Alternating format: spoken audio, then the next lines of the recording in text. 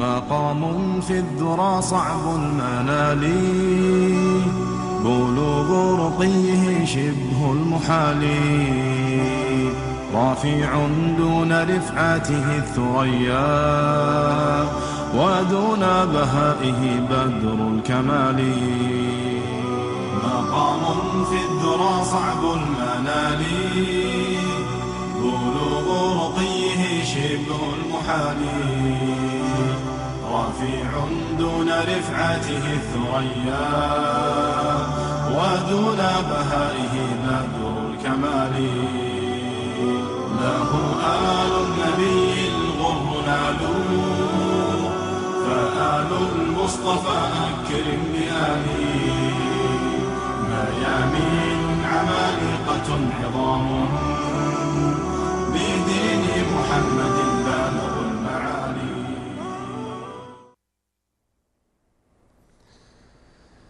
الحمد لله الذي أنزل على عبده الكتاب ولم يجعل له عوجا قيما لينظر بأسا شديدا من لدنه ويبشر المؤمنين الذين يعملون الصالحات أن لهم أجرا حسنا ماكثين فيه أبدا.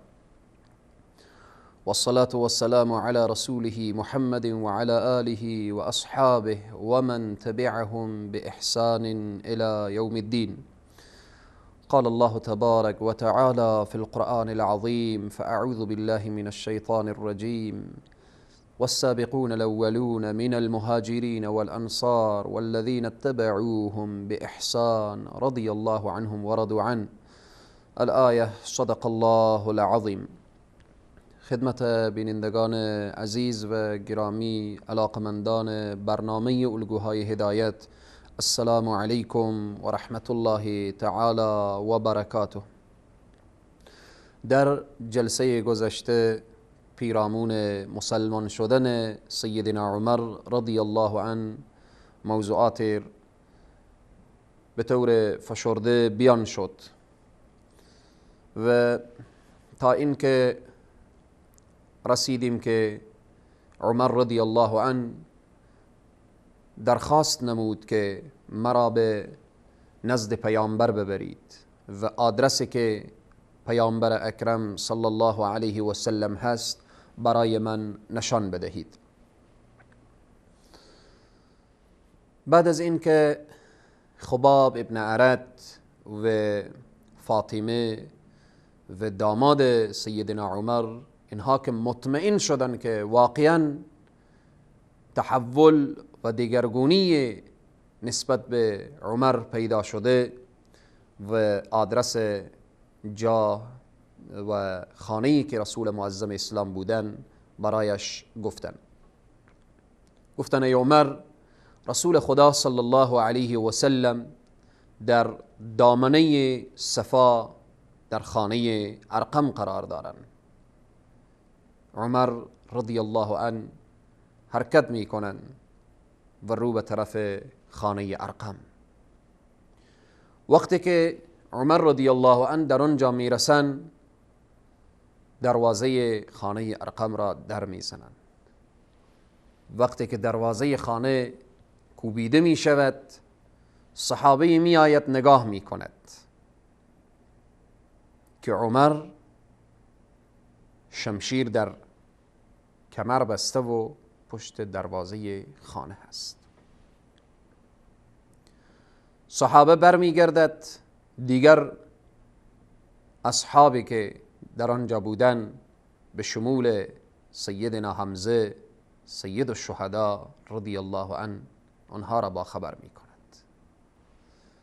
همه با هم دیگر جمع می شوند که عمر چی می خواهد، قصد سوء نداشته باشد، فکر بد نداشته باشد.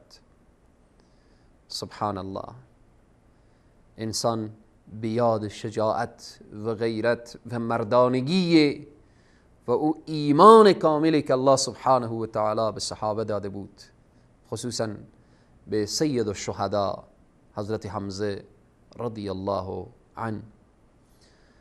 بعدا سیدنا حضرت حمزه میگوید که در را باز کنید.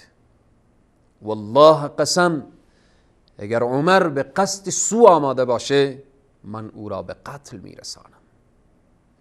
یک لحظه و یک لمحه هم برایش اجازه نمیدهم که دست به طرف رسول خدا دراز کند. وقتی که دروازه را باز میکنن، 2 نفر از صحابه عمر را محکم میگیرن. حضرت حمزه میگوید چی میخواهید؟ چی قصد دارید؟ اگر قصد سو داشته باشید که به سراغ تو میرسم. عمر رضی الله عنه میگوید که میخواهم نزد محمد بروم. رسول معظم اسلام وقتی که صدای عمر را میشنوند میگویند که اجازه دهید که داخل شود و بیاید. وقتی که عمر در حضور نبی کریم صلی الله علیه و سلم میرسد، رسول معظم اسلام برایش میگویند که ما جاء بک یا ابن خطاب، چی چیز تو را به اینجا آورده؟ چی میخواهید؟ چی قصد دارید؟ چی فکر دارید؟ عمر میگوید که ای رسول خدا، آمدم تا به خدا و رسولش ایمان بیاورم. وقتی که رسول معظم اسلام صلی الله علیه و سلم این صدا و این حرف را از عمر رضی الله عنه شنیدن، جا در جا تکبیر گفتن. به تکبیر گفتن رسول معظم اسلام صحابه دانستن که عمر ایمان آورد و مسلمان شد. سیدنا عمر رضی الله عنه استاده شد و گفت اشهد ان لا اله الا الله و اشهد انک محمد رسول الله. الله اکبر، الله اکبر، الله اکبر. وقتی با ایمان آوردن عمر، مسلمان ها، صحابه خوشحال شدن. حمزه که قبلا میخواست عمر را به قتل برسانه، حمزه او را به آغوش میگیرد، او را میبوید، میبوسد. صحابه او را به بغل میگیرند، خوشحالن، مسرورن. با مسلمان شدن سیدنا عمر تا اندازه مسلمان ها نفس راحت کشیدن. حالا وقتی که عمر رضی الله عنه مسلمان می شود، علاقمندی شدیدی دارد به آشکارا ساختن دعوت.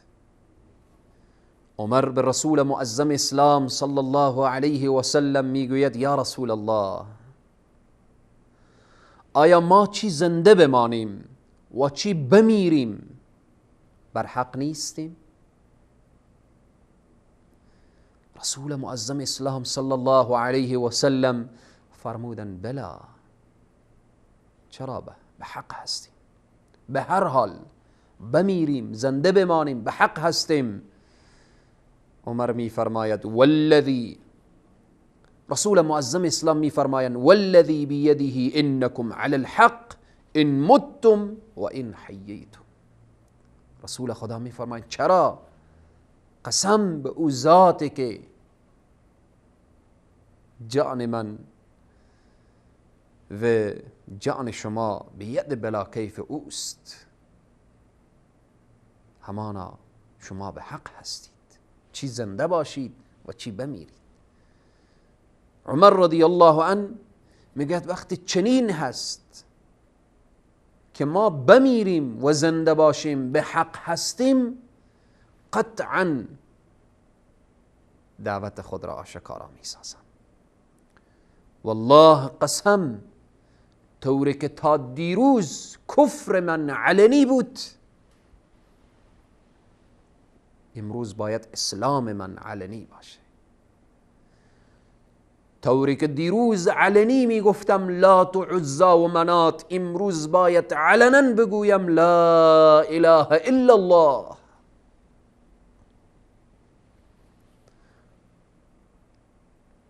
طوری که تا دیروز من نسبت به شما ای رسول خدا دشمنی خود را اظهار می کردم، امروز باید محبت خود را اظهار کنم. سیدنا عمر رضی الله عنه میگوید یا رسول الله باید علنا طواف کنیم، باید علنا نماز بخوانیم، باید که دعوت آشکارا شود. مسلمان ها از خانه ارقم بیرون می شوند.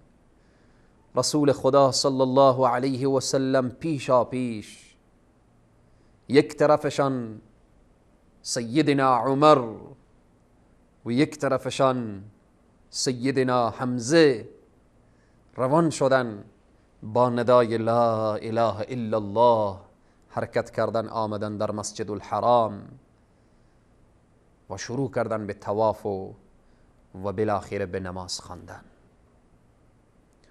رسول معظم اسلام صلی الله علیه و سلم در آن وقت برای سیدنا عمر لقب فاروق را دادن که عمر تو فاروق هستی، تو فرق بین حق و باطل گذاشتی.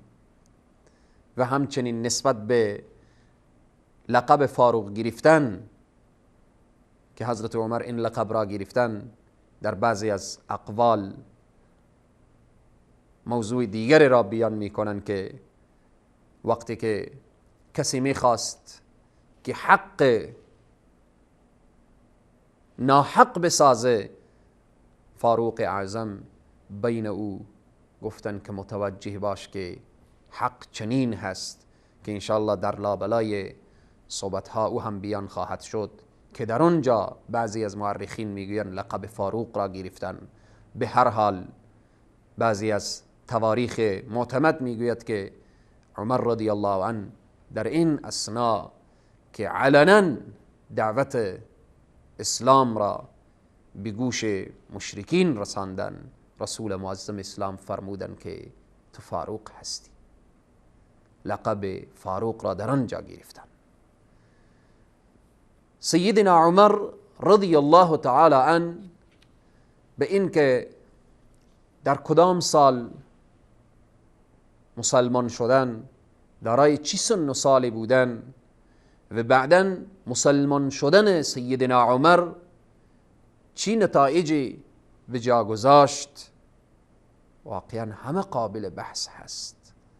همه قابل این هست که ما اینها را بفهمیم، ما بدانیم و این بزرگانی که الله سبحانه و تعالی در کلام حمید و مجید خود وصف اینها را کرده و رسول معظم اسلام صلی الله علیه و سلم نسبت به این شخصیت ها، نسبت به ابوبکر و عمر و عثمان و علی و سایر الصحابه و اهل بیت فضائل بیان کردن، ما باید این شخصیت هایی که برای امت اسلامی اینها اسوه هستند، ما اینها را بشناسیم، ما اینها را بفهمیم و اینها را برای خود در زندگی خود باید ما به عنوان اسوه قرار بدیم.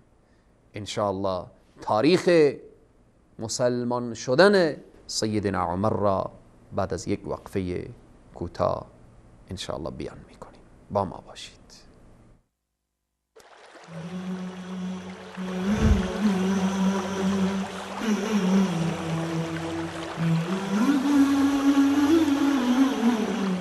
من بودم از قبل، بس الحمدلله شکر خدا هدایت هم داد.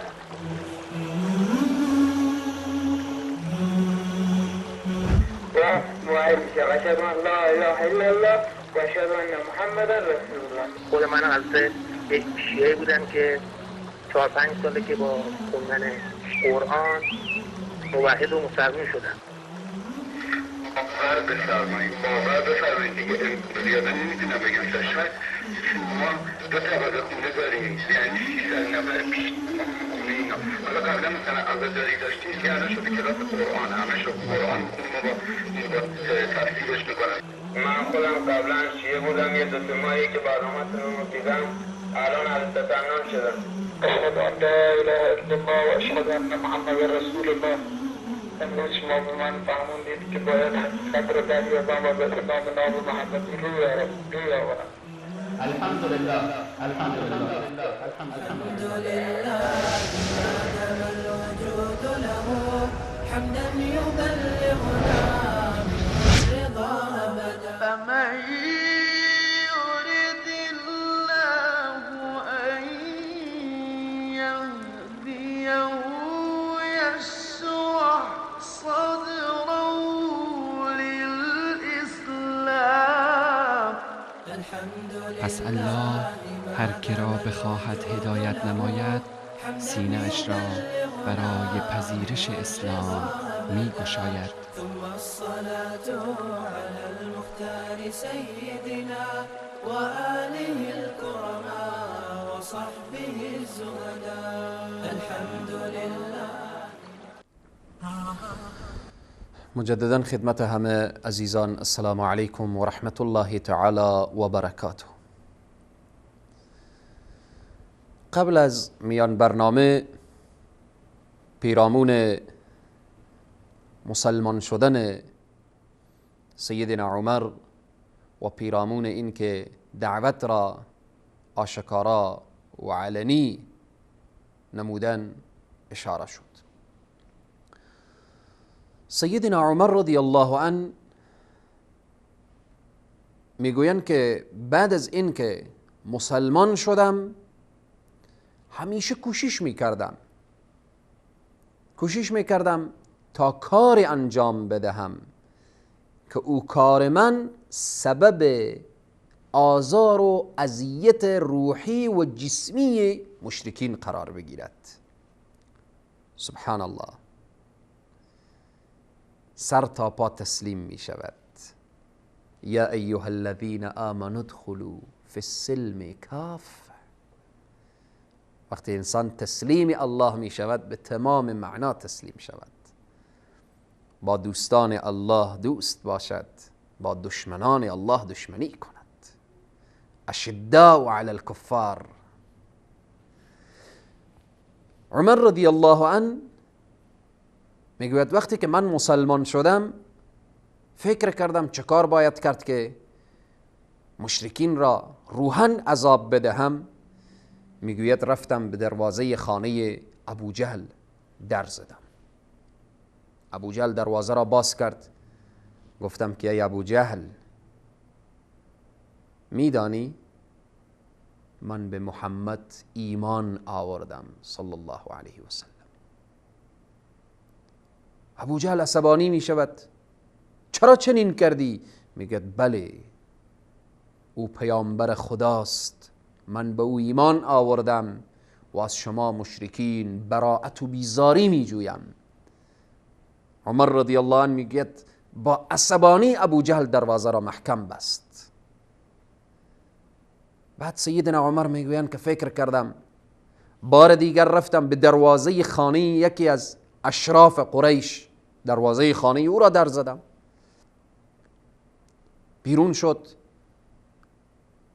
گفت که عمر چی میخواهید؟ گفتم میدانی من مسلمان شدم، با پیامبر ایمان آوردم، به محمد ایمان آوردم. و او هم میگوید نخیر عمر این کار را نکن. میگوید حالا کردم، از امروز من دشمن شما می باشم. این هم دروازه را محکم میزند و عصبانی می شود. سیدنا عمر رضی الله عنه روز دیگر پرسان میکنند که چی کسی از همه بیشتر میتواند که جار بزند و خبر را به همه جا برساند؟ میگوین از همه جمیل خبر را میرساند. عمر رضی الله عنه میروند با او میگویند که میدانی من مسلمان شدم، من به محمد ایمان آوردم. وقتی که این حرف را جمیل میشنود حرکت میکند در بین حرم در صفوف قریش و اینها فریاد میزند که های متوجه باشید که بدانید که عمر ایمان آورده است. همه وقتی که این را میشنوند عمر رضی الله عنه میگه من پشت سر جمیل استاده بودم. حمله میکنن به جان عمر و حضرت عمر رضی الله عنه هر کدام اونها را خلاصه این طرف و این طرف میزند و یکی از اشراف اونها را میگیرد و میخواباند تا اینکه بالاخره کسی دیگر از اشراف قریش میآید و این صحنه را خاموش میسازد. عمر رضی الله عنه همیشه دوست داشتن که طوری که کفرشان در جاهلیت علنی بود، اسلامشان، ایمانشان، عشقشان به خدا و پیامبر همیشه علنی باشد. پیامدهای مسلمان شدن سیدنا عمر رضی الله عنه. قبل از این که به پیامدها شروع کنم تاریخ مسلمان شدن سیدنا عمر را به طور خلاصه و فشرده. سیدنا عمر رضی الله عنه در ماه ذوالحجه در سال ششم بعثت در سن 27 سالگی و 3 روز پس از مسلمان شدن سیدنا حمزه رضی الله عنه ایمان می آورند و به دین اسلام مشرف می شوند. تا زمانی که سیدنا عمر به اسلام مشرف نشده بودند تعداد مسلمان ها در بعضی از تاریخ می نویسد که بعضی از اقوال و روایات که 39 نفر بودند که حضرت عمر خود اینا نقل می کنند که من نفر 40 بودم، نفر 40 را من تکمیل کردم. و در بعضی از تواریخ دیگر می آورد که 40 اند مرد بودند و 13 زن مسلمان شده بودند، یعنی 40 مرد و 13 زن اینها مسلمان شده بودند و باز سیدنا عمر رضی الله عنه به دین اسلام مشرف گردیدند. تا زمانی که سیدنا عمر هنوز مسلمان نشده بودند مسلمان ها نمی توانستند اظهار بکنند که ما مسلمان هستیم، چون خود حضرت عمر سخت و شدت عذاب نسبت به مسلمان ها ایجاد می کرد. از ترس عمر، از وحشت عمر رضی الله عنه نمی دانست که کیها مسلمان هاین. وقتی که آمد مسلمان شد متوجه شد که در کنارش برادران دیگری و خواهران دیگری مسلمان شدند. اینجا مسلمان ها از اثر مسلمانی سیدنا عمر اظهار خوشحالی و سرور و اظهار عزت و شأن و وقار و اینها می کردن. پیامدهای مسلمان شدن عمر رضی الله عنه. عبدالله ابن مسعود رضی الله عنه می گوید که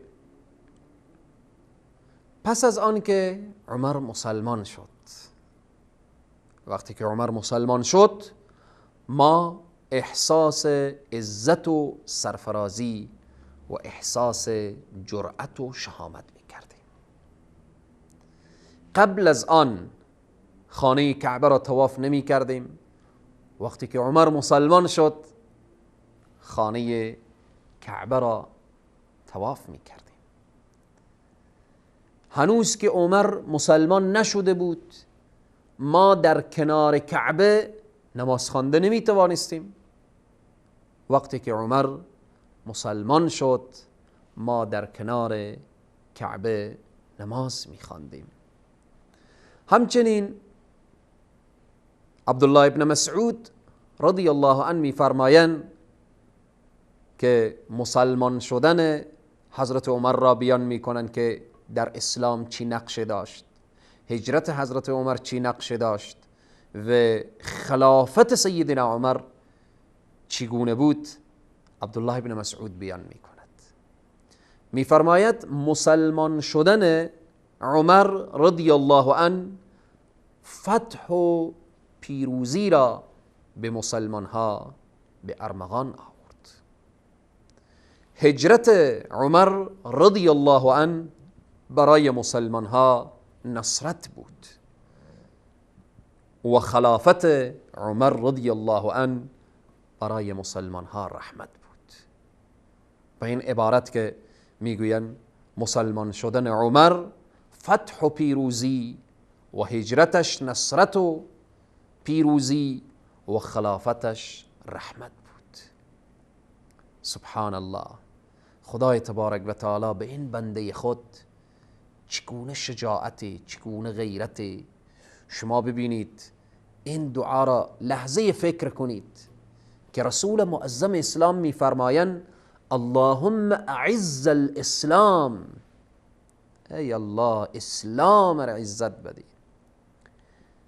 همه مسلمان ها از برکت اسلام عزت یافتن، ولی الله سبحانه و تعالی این مدال را نصیب فاروق اعظم می کند که ای عمر تو بیا برای اسلام شأن و شوکت که الله سبحانه و تعالی او قوت و شجاعت و او غیرت و ایمان الله به تو عطا کرده، بیا از غیرت خود، شهامت خود، از او علم خود، از او ایمان کامل خود، بیا در راه تقویه اسلام مصرف بکن.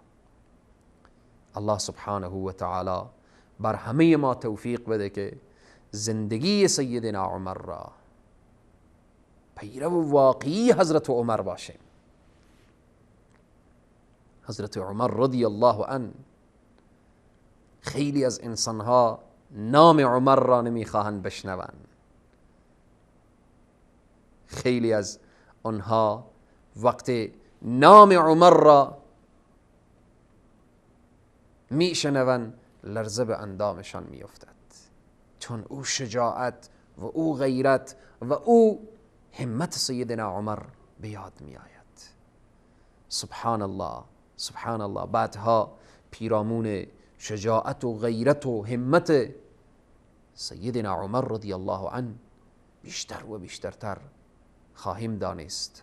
بناهن این بزرگان دین خود را مطالعه کنید، تحقیق کنید، شمائل اینها و زندگی اینها که اینها در اسلام چگونه زندگی کردن، چگونه زهد و تقوا و پرهیزگاری و چگونه ارتباط با الله سبحانه و تعالی برقرار کردن که الله سبحانه و تعالی اینها را اینقدر دوست داره که میگه رضی الله عنهم و رضوا عنه.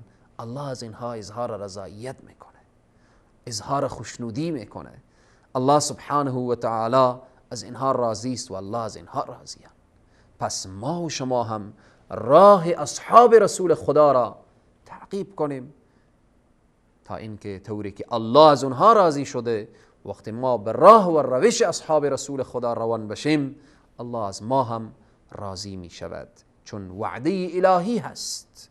این وعده قطعی است که الله از صحابه راضی شده و هر کس راه صحابه را تعقیب کنه الله از او هم راضی می شود، که این در نص صریح قرآن بیان شده. خداوند همه ما را پیرو واقعی جناب نبی اکرم صلی الله علیه و سلم و پیرو واقعی اصحاب رسول معظم اسلام و پیرو واقعی اهل بیت رسول الله صلی الله علیه و سلم، خلاصه ما را پیرو واقعی قرآن و حدیث بگرداند. تا برنامه بعدی شما را به خداوند کریم و رحیم می سپارم. والسلام علیکم و رحمت الله و برکاته. مقام في الذرى صعب المنال، بلوغ رقيه شبه المحال، رافع دون رفعته الثريا ودون بهائه بدر الكمال. مقام في الذرى صعب المنال، بلوغ رقيه شبه المحال. رفيع دون رفعته الثريا، ودون بهائه بدر الكمال. له آل النبي